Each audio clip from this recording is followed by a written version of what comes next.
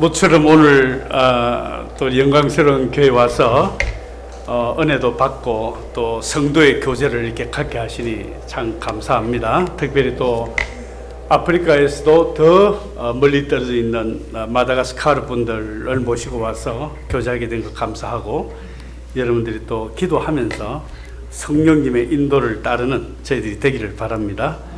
오늘 특별히 하나님의 말씀은 신약성경 누가복음 4장 말씀입니다. Today's special passage is from Luke chapter 4 verse 18 to 19. 4장 18절 19절입니다. 제가 읽겠습니다. 주의 성령이 내게 임하셨으니 이는 가난한 자에게 복음을 전하게 하시려고 내게 기름을 부으시고 나를 보내사 포로된 자에게 자유를, 눈먼 자에게 다시 보게 함을 전파하며 눌린 자를 자유롭게 하고 주의 은혜의 해를 전파하게 하려 하심이라. 아멘. 이것은 예수님의 가르침의 최초의 내용이고, 또 복음 전파의 핵심과 그 대상, 또한 우리 교회의 정체성에 대한 말씀을 하고 있습니다. 교회는 많은 일을 해야 됩니다. 또 많은 일을 할 수가 있습니다. 그러나 메시아이신 예수 그리스도를 쫓는 교회로서의 가장 본질적인 사역이 뭐냐라고 든다면 그것은 바로 가난한 자들에게 복음을 전하는 것이고, 가난한 자들과 함께 우정을 맺고 또 가난한 자에게 약속하신 하나님의 나라의 복을 누리는 것입니다. 누가복음 7장에 가보면 세례 요한이 이제 잡혀가지고 옥에 갇혀서 죽을 때가 되었습니다. 사실 세례 요한만큼 예수님을 잘 아는 분은 없어요. 예수님의 길을 안내한 분이고, 예수님의 이 땅에 오신 목적을 세상 누구보다도 뚜렷하게 아신 분이었는데, 이 세례 요한 이제 죽음에 이르렀을 때 그래도 마지막으로 다시 한번 예수님이 정말로 메시아인지를 확인하기 위해서 그의 두 제자를 예수님께 보냅니다. 그래서 예수님이 가가지고 정말 이분이 오실 당신입니까? 라고 하는 확정을 좀 얻어가 내한테 오이라, 이렇게 말을 합니다. 그때 예수님께서 그 제자들에게 그렇다, 너 그 서성 세례 요한이 말한 사람이 바로 내가 메시아다, 그리 말해라 라고 한 게 아니라 이렇게 말씀하십니다. 눈먼 자들이 보고, 못 걷는 사람이 일어나고, 나병 환자들이 깨끗함을 입고, 귀 먹은 자가 듣고, 죽은 자가 살아나고, 마지막으로 가난한 자들에게 복음이 전파된다고 해라, 이렇게 이야기를 했습니다. 우리가 예수 그리스도를 메시아로 따르는 사람들이고 교회입니다. 또 우리가 하나님의 나라를 구하는 사람들입니다. 근데 그 메시아 되신 예수님을 따르고 그 하나님의 나라를 구하는 우리들에게 있어서 절대로 양보할 수 없고 축소할 수 없고 외면할 수 없는 게 뭐냐? 바로 이 가난한 자들에게 복음을 전파하라는 말씀입니다. 오늘 실제로 마다가스카르 손님들이 8분 오셨는데, 여기 앉아 계신 분 중에 소아트라라는 분과 키 작은 따피다라는 분은 실제로 마다가스카르의 제일 밑에 남단에서 일을 합니다. 거기는 또한 수년 동안 비가 안 내려와서 농사도 안 되고 실제로 굶어 죽는 사람이 있습니다.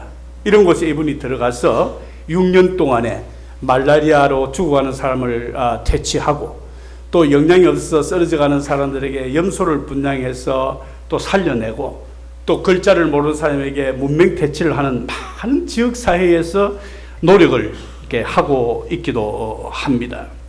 여러분, 전 세계적으로 볼 때에 이 땅의 빈곤과 가난은 통계적으로는 많이 사라졌습니다. 그리고 인간의 이 민주주의와 자유는 많이 정진되었다고 우리는 알고 있습니다만은, 그러나 여전히 빈곤은 우리 눈에 띄지 않을 뿐이지 사실은 전 세계에 만연한 빈곤들이 여전히 있고, 특별히 1500년 중반에 시작되어진 노예 사냥, 제국주의들에 의한 노예 사냥, 노예 판매가, 노예 무역이 한 400~500년 정도 유지됐던 1800년대 중반까지 유지되고, 공식적으로는 노예 제도가 없는 세상이지만, 그러나 여전히 사람들을 비인간화하고 자유를 강탈하고 노예화되는 세계가 지금 전 세계에 만연되어 있습니다.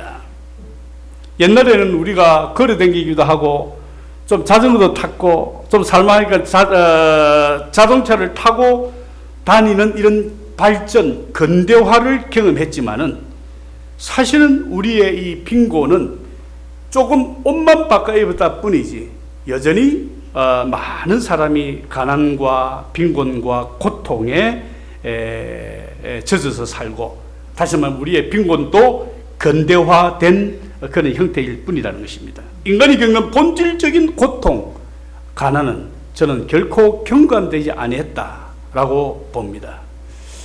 여러분, 마태복음 25장 31절 40절에 보면 이제 예수님께서 역사의 심판에서 마지막으로 심판을 하는 장면이 나오는데, 거기는 사람들을 양과 염소로 나눕니다. 양과 염소로 나눠가지고 양에 해당되는 사람은 영생으로 보내고, 염소에 해당되는 사람들은 영벌로 보냅니다.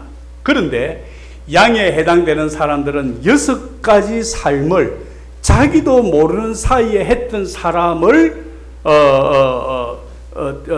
이야기하시면서 복을 주십니다. 첫째는 뭐냐면, 굶주린 자에게 묵을 것을 줬느냐, 둘째, 목마른 자에게 마실 것을 줬느냐, 세 번째, 헐벗은 사람들에게 옷을 줬느냐, 네 번째, 유리방하는 집 없는 사람들에게 집을 열어줬느냐, 다섯 번째, 병든 사람을 돌아보고 참 이들의 몸을 돌아봤느냐, 마지막으로 옥에 갇힌 자를 돌아봤느냐, 6가지 사역을, 6가지 삶을 자기도 모르는 사이에 했던 사람들을 보고 크게 칭찬하면서 영생으로 들어가는 일을 보게 됩니다. 이것은 인간의 가장 긴급한 필요를 우리가 예민하게 반응한 사람들입니다.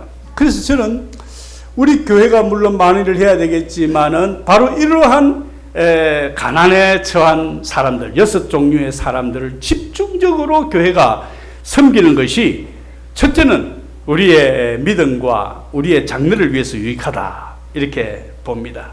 오늘 소개했던 파비 박사와 그 부인 의사 선생님은 사실은 내년쯤 되면 수도에서 한 190km 떨어진 시골로 들어가서 교회가 내준 그 땅에서 조그마한 이 진로소를 짓고 거기서 병든 사람들을 돌아보고, 또 그의 기술과 지식을 활용해서 에너지를 만들고 지역사회에 봉사하고, 또 거기에 버려진 아이들에게 교육하려는 그런 열망을 가지고 있습니다.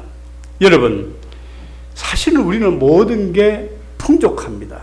풍족해서 차고 넘칩니다. 주기도문에 보면 이런 내용이 있죠. 우리에게 일용할 양식을 주십시오라는 말이 나옵니다. 사실 이 기도는 우리가 할 필요가 없습니다. 왜냐하면 우리는 이제 일용할 양식을 물 뿐만 아니라 한 달 먹을 것도 쟁겨져 있고, 이제는 평생 먹을 것도 가지고 있는 사람들이 많은데, 오늘 이 먹을 양식 주십시오라고 하는 것은 엄살 부리는 거하고 진배가 없는 거예요. 지금 우리로서는 어떤 면에서 우리는 주기도문에서 여기도 싹 빼버려야 됩니다. 우리가 너무 많이 풍성하니까. 우리 매일같이 먹으니까 하루 세 끼 밥 먹을 뿐만 아니라 간식을 먹고 또 먹고 또 먹고 또 먹을 게 많다는 것입니다. 그런데 이 주기도문에서 우리에게 일용할 양식을 달라는 말이 도대체 무엇입니까? 일용 양식이라는 게 뭘 말합니까? 여러분, 실제로 구약 성경에서 광야에서 하루 먹을 양식만을 의존해서 살았습니다. 그렇죠? 만나와 메추라기, 그 하루 딱 먹을 것만 의존합니다. 이틀 사흘 지나면 썩어서 아무 의미가 없습니다. 또 나그네 인생에서 많이 들고 다닐 수도 없습니다. 매일매일 주는 그겁니다. 이것이 어떻게 보면 극단적인 삶일 수 있지만은 우리 크리스찬들의 삶의 양식을 결정하는 가장 강력한 하나의 신앙의 고백입니다. 여러분, 일용할 양식이 있을만 하면 나머지는 나눠라는 것입니다.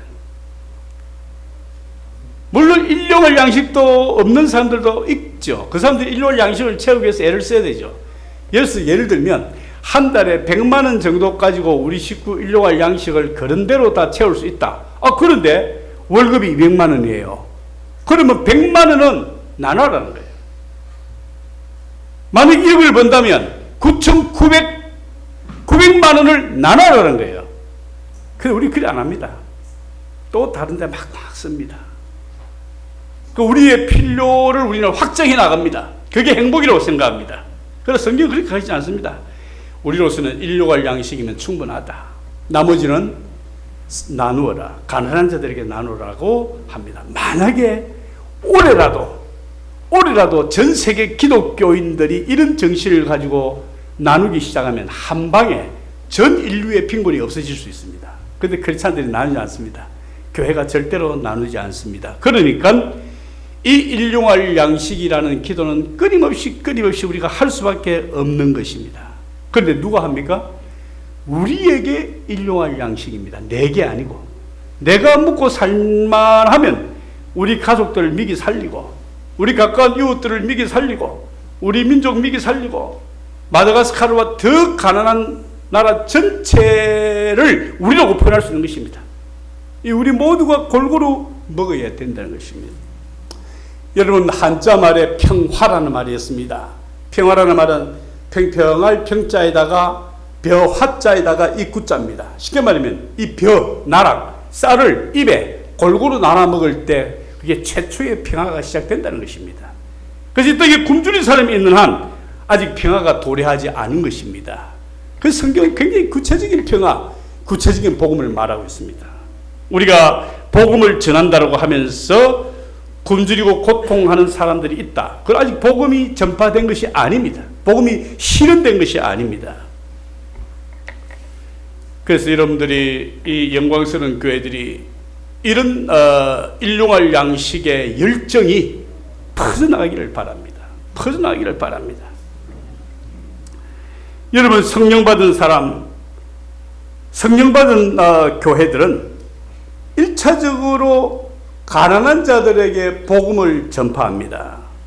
그리고 가난한 자들과 우선적으로 우정을 맺습니다. 그리고 그 가난한 사람들을 차별하지 않고 그들과 함께 살리는 의지를 가지고 그들과 함께 공동체적인 삶을 살려 애를 씁니다. 그리고 그를 통해서 하나님 나라의 특성이 드러날 수 있도록 희망하는 것이 성령을 받은 교회, 성령을 받은 성도들의 삶입니다.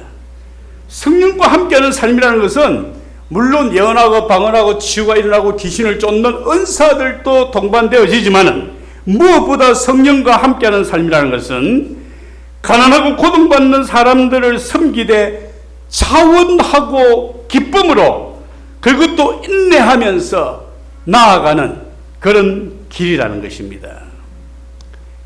여러분, 혹시 우리 가운데 가난하고 고통받는 사람이 우리 앞에 나타날 때 우리 반응이 어떻습니까? 어떤 사람이 이런 사람이 있습니다. 아주 보기 싫어합니다. 아주 저 사람은 나 삶에 괜히 개입하지 말라. 꼴 보기 싫다. 그리고 속으로 이렇게 말합니다. 뭘 지가 죄를 지어서 저렇게 고통받거나 가난했지. 공부를 못했으니까 저꼴 저 모양이지.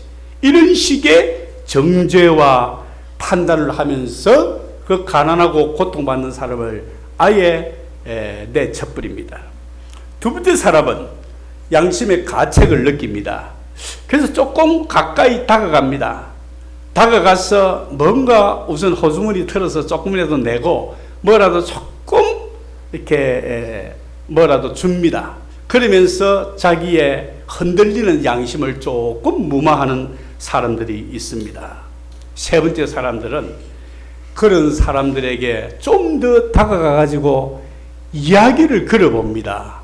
그 사람 이야기를 들어주고 또한 그 사람이 10번 이야기할 때 자기가 한 번 이야기하면서 그 사람의 마음속에 조금 들어가면서 삶을 나누게 됩니다. 그리고 네 번째 사람은 그런 감동으로 말미암아 아예 그러지 말고 우리 같이 교회 와봐라, 우리 같이 살자라고 이들을 초청합니다. 이까지만 해도 굉장한 거죠. 그리고 마지막에 우리가 정말로 가난한 자들을 섬기러 오신 예수님의 마음을 알게 되면 우리 스스로가 가난한 자가 되어버립니다. 우리 스스로가 그들과 함께 가난한 자가 되어서 그 가난한 자와 함께 하나님의 이 나라의 여정을 걷는 것입니다. 누가 이러한 삶을 살겠습니까? 우리 기독교는 역사적으로 가난한 자에게 복음을 전파하기보다는 더 부자가 되고 더 권력을 쥐고 더 강한 교회, 강한 사람이 되었습니다. 이 세상의 지배자가 되었습니다. 그리고 이 세상과 똑같이 경쟁해서 더 냉혹하게 이 세상을 지배하는 곳이 되어버렸습니다. 저는 한때 사하라 사막 위에 있는 튀니지라는 나라를 한번 간 적이 있습니다. 그 튀니지라는 나라는 초대교회 그 당시뿐만 아니라 AD 6세기까지 전 세계 기독교 중에서 가장 강력한 기독교가 있던 것이 바로 북아프리카입니다.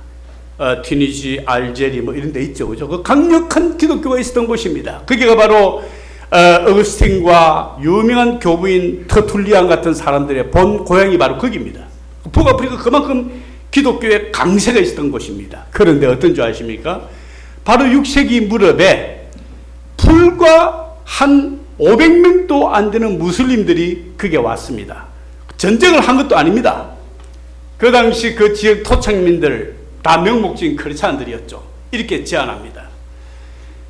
기독교회는 너희들에게 세금을 무겁게 하지만 우리는 세금을 법대로 받겠다.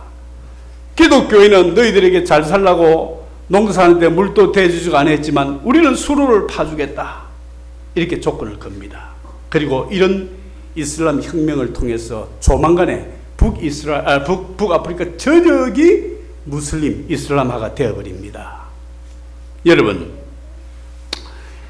기독교의 회복과 정체성 복귀, 부흥은 우리의 심령적인 부흥도 일어나지만 우리의 삶과 전체가 이 사회와 숨겨져 있는 곳들의 가난한 자들에게 나아감으로써 동시에 일어난다고 저는 봅니다.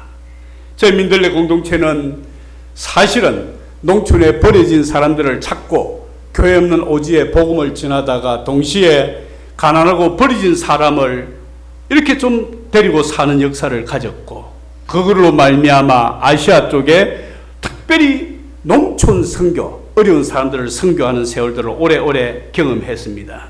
그리고 최근에 마다가스카르와 여러 아프리카 쪽에 이 대륙이 열리는 것을 보고, 아하, 이제 또 하나님께서 아시아 쪽에 일을 하게끔 하구나라는 사인을 받고 있습니다. 여러분, 이번에도 마다가스카르 사람들 오셨지만은 저희 민들레는 사실은 교육하고 선교하는 공동체입니다. 그리고 가능한 우리의 양식과 경제와 많은 것을 우리 힘으로 힘들지만 자급자족하면서 이 역량과 힘으로 어려운 나라의 사람들과 지도자를 우리가 섬기고 가르치고 돕자, 이런 정책이 있습니다. 그래서 우리가 민들레 공동체에서는 이 마다가스카르 사람뿐만 아니라 또 이렇게 아시아 아프리카의 많은 가난한 사람들 지도자들에게 이들의 살 길을 열고 또 다른 사람들을 살릴 수 있는 지도자를 양성하는 그런 민들레 대학이라 할까, 또한 선교 학교라 할까, 이런 것을 지금 꾸준히 진행하고 있습니다. 아무쪼록 여러분께서 우리가 직접 교회 이름으로, 우리 한 개인의 이름으로 일용할 양식을 나누는 운동을 지금부터 하는 이 열망들이 있으면 좋겠고, 그리고 또 많은 지도자들과 사람들에게 더 많은 사람들을 또 가르치고 양육하고 길을 열어서 이들의 나라와 지역이, 마을이 살 길을 찾는 그런 일들이 되기를 바랍니다. 아무쪼록 우리가 메시아 대신 예수 그리스도를 쫓는 사람이고 교회입니다. 그러기 위해서 피할 수 없는 것은 바로 가난한 자들에게 복음을 전파하는 것이고, 또 그 가난한 사람들과 우정을 맺는 것이고, 그런 가난한 사람들과 함께 사는 것이고, 할 수 있으면 우리 인생의 마지막 목표가 가난한 사람이 되는 것입니다. 그래서 우리가 하느님의 나라의 나라가 우리의 것이 되는 걸로 우리가 기뻐하는 것입니다. 아무쪼록 이 영광스러운 교회가 이 가난의 영광스러운 신비에 동참하는 교회와 성도가 되길 바랍니다. 저는 기도하겠습니다.